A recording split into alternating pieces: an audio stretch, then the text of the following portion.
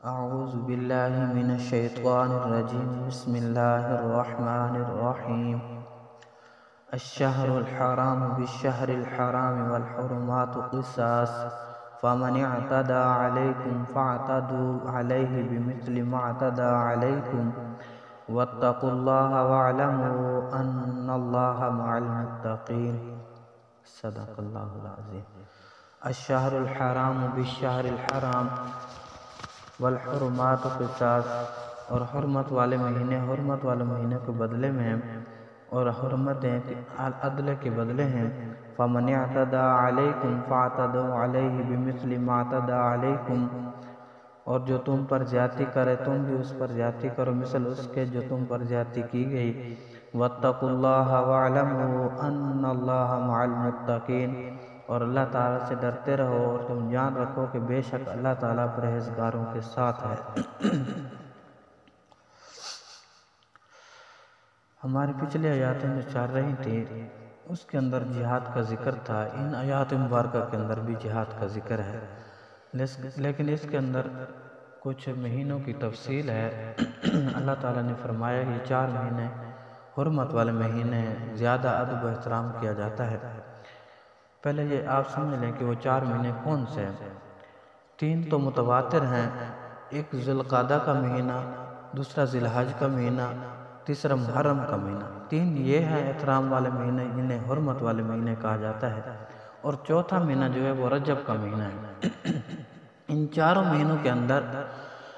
جاہلیت کے زمانے کے اندر بھی مشرکین مکہ لڑائی جھگڑا قتل و قتال اور فسادات رہزنی ڈکیتی چوری وغیرہ سب کچھ کو ترک کر دیتے تھے۔ ان مہینوں کا بہت زیادہ احترام کیا کرتے تھے، اور حتیٰ کہ اگر کسی کے باپ کا کوئی قاتل ہو تو وہ چاہتا ہے کہ میرا باپ کا قاتل میرے سامنے ہے، میں اس سے اپنے باپ کا بدلہ لے لوں،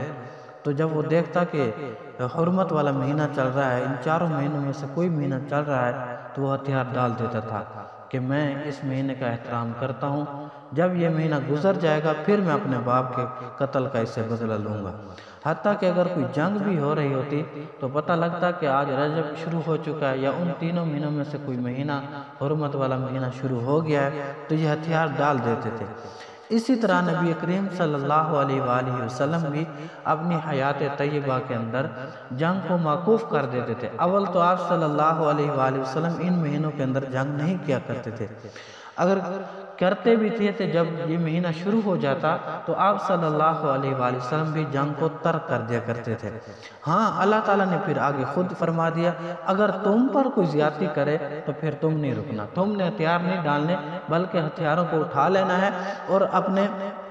قتل کا بدلہ لینا ہے، جو تم پر زیادتی کرے پھر اس کا بدلہ لینا ہے۔ اگر کفار تمہارے اوپر ان مہینوں کا احترام کو پامال کرتے ہوئے حملہ کر دیں تو پھر تمہیں بھی اجازت ہے، تم بھی ان مہینوں کا احترام کو نہ دیکھنا بلکہ تم بھی ہتھیار اٹھا کر اللہ کی راہ کے اندر نکل جانا اور اپنے اوپر جو ظلم کیا اس کا بدلہ چکا لینا۔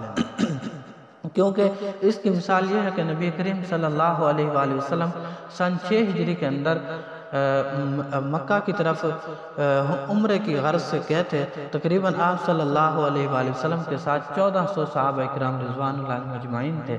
آپ صلی اللہ علیہ وآلہ وسلم جب حدیبیہ کے مقام پر پہنچے تو مشرکین مکہ نے آپ صلی اللہ علیہ وآلہ وسلم کو عمرہ کرنے سے روک دیا کہ آپ عمرہ کے لیے مکہ کے اندر نہیں آ سکتے۔ آپ صلی اللہ علیہ وآلہ وسلم نے پیغام بھیجا حضرت عثمان غنی رضی اللہ تعالیٰ عنہ کے ساتھ کہ آپ جائیں ان کو میرا پیغام دیں کہ ہمارا جنگ کا کوئی ارادہ نہیں، ہم نہ جنگ کرنے کے لیے آئے ہیں، ہم صرف عمرے کی غرض کے لیے آئے ہیں، ہم عمرہ کر کے واپس چلے جائیں گے۔ ادھر ان لوگوں نے حضرت عثمان غنی رضی اللہ تعالیٰ عنہ کو قید کر لیا، اور ادھر آپ صلی اللہ علیہ وآلہ وسلم کے پاس غلط خبر پہنچی کہ حضرت عثمان غنی رضی اللہ تعالیٰ عنہ شہید ہو گئے۔ پھر آپ صلی اللہ علیہ وآلہ وسلم غصے کے اندر آگے کہا کہ میں 1400 صحابہ اکرام سے بیعت لیتا ہوں اس بات پر کہ میں حضرت عثمان غنی رضی اللہ تعالیٰ عنہ کا بدلہ لے کر جاؤں گا۔ حتیٰ کہ آپ صلی اللہ علیہ وآلہ وسلم نے ارادہ فرما لیا کہ میں ان کے ساتھ اب جنگ کروں گا، اور 1400 صحابہ کرام بھی تیار ہو گئے کہ ہم حضرت عثمان غنی رضی اللہ تعالیٰ عنہ کا بدلہ لے کر جائیں گے۔ پھر جب خبر ملی کہ حضرت عثمان غنی رضی اللہ تعالیٰ عنہ شہید نہیں ہوئے بلکہ وہ زندہ سلامت ہیں اور ٹھیک ہیں، پھر آپ صلی اللہ علیہ وآلہ وسلم نے یہ ارادہ اپنا ترک کر دیا، اور آپ صلی اللہ علیہ وآلہ وسلم صلح پر آمادہ ہو گئے، اور پھر صلح بھی ہو گئی کہ آپ آئندہ سال آئیں اور عمرہ کر کے واپس چلے جائیں۔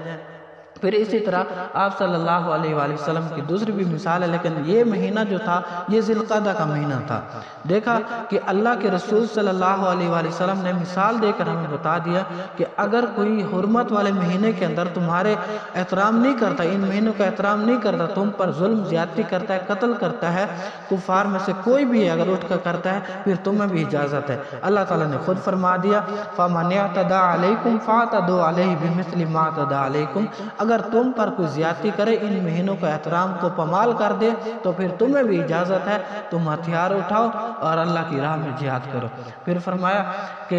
پھر دوسری مثال یہ ہے کہ آپ صلی اللہ علیہ وآلہ وسلم حوازن کی لڑائی سے فارغ ہوئے حنین والے دن، پھر آپ صلی اللہ علیہ وآلہ وسلم نے طائف کا رخ کیا، تو ادھر مشرکین مکہ نے طائف کے اندر ایک قلعہ تھا، ان کے اندر پناہ لے لی۔ 40 دن تک اسی طرح محاصرہ جاری رہا۔ آپ صلی اللہ علیہ وآلہ وسلم بھی محاصرہ کر کے کھڑے رہے۔ تقریباً 40 دن کے بعد کچھ صحابہ کرام شہید ہوئے، اس کے بعد یہ محاصرہ اٹھا۔ پھر آپ صلی اللہ علیہ وآلہ وسلم جو عرانہ کے مقام پر پہنچے، وہاں آپ صلی اللہ علیہ وآلہ وسلم نے احرام باندھا۔ یہ مختصر بات ہے، آپ صلی اللہ علیہ وسلم نے وہاں احرام باندھا عمرے کا، وہاں پر غنیمت تقسیم ہوئی حنین کی۔ پھر آپ صلی اللہ علیہ وآلہ وسلم نے عمرے کا احرام باندھ کر عمرہ کی۔ یہ سن 8 ہجری، یہ بھی ذی القعدہ کا مہینہ تھا۔ آپ صلی اللہ علیہ وآلہ وسلم کی ذات اقدس پر اللہ تعالیٰ کے لاکھوں درود و سلام ہوں۔ آپ صلی اللہ علیہ وآلہ وسلم نے یہیں سے پھر عمرے کا احرام باندھا، یہ بھی ذی القعدہ کا مہینہ تھا۔ گویا کہ آپ صلی اللہ علیہ وآلہ وسلم جنگ کے اندر شریک تھے، جہاد کے اندر شریک تھے، کیونکہ ادھر ظلم ہو رہا تھا۔ پھر آپ صلی اللہ علیہ وآلہ وسلم کو بھی اللہ تعالیٰ نے قرآن پاک کے اندر واضح فرما دیا، جب وہ ان حرمت والے مہینوں کا احترام نہیں کرتے، تمہارے پر ظلم کرتے ہیں، تو تم پھر بھی اٹھو، تم بھی جہاد کرو اللہ کی راہ کے اندر، تم بھی اپنے مسلمان بھائیوں کا قتل کا بدلہ لو۔ پھر اللہ تعالیٰ نے اجازت دے رکھی ہے۔ اللہ تعالیٰ نے فرمایا وَاتَّقُوا اللَّهَ وَاعْلَمُوا أَنَّ اللَّهَ مَعَ الْمُتَّقِينَ، اور تم اللہ تعالیٰ سے ڈرتے رہو اور جان رکھو کہ بے شک اللہ تعالیٰ پرہیزگاروں کے ساتھ ہے۔ اللہ تعالیٰ کیا فرما رہے ہیں آخر کے اندر کہ تم اللہ تعالیٰ سے ڈرتے رہو، ان معاملات کے اندر بھی رہو، اللہ کی راہ میں جہاد بھی کرتے رہو، لیکن اللہ تعالیٰ سے ڈرتے بھی رہو، بے شک اللہ تعالیٰ اپنے متقین پرہیزگاروں کے ساتھ ہے۔ اللہ تعالیٰ سے دعا ہے اللہ رب العالمین ہمیں قرآن پاک سمجھنے، اس پر عمل کرنے کی توفیق عطا فرمائے۔